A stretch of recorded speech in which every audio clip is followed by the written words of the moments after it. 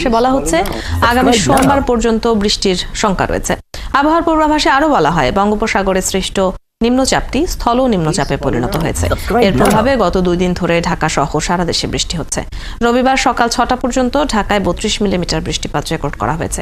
এছাড়া অন্যান্য এলাকায় সবচেয়ে বেশি বৃষ্টি হয়েছে পটুয়াখালীতে 223 মিলিমিটার।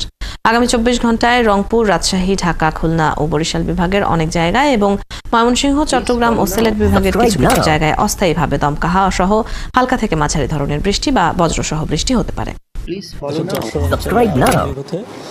গভীর নিম্নচাপে পরিণত হয়েছে এবং এই গভীর নিম্নচাপে বর্তমানে গাঙ্গেয় পশ্চিমবঙ্গে অবস্থান করছে। এই গভীর নিম্নচাপের প্রভাবে কিন্তু ঢাকা সহ সারা দেশে, বিশেষ করে দেশের দক্ষিণাঞ্চলে আজকে যে অবস্থা আছে বৃষ্টিপাত আজকে থাকবে এবং আগামীকালকে থেকে কিন্তু বৃষ্টিপাতের প্রবণতাটা অনেকটা কমে আসবে।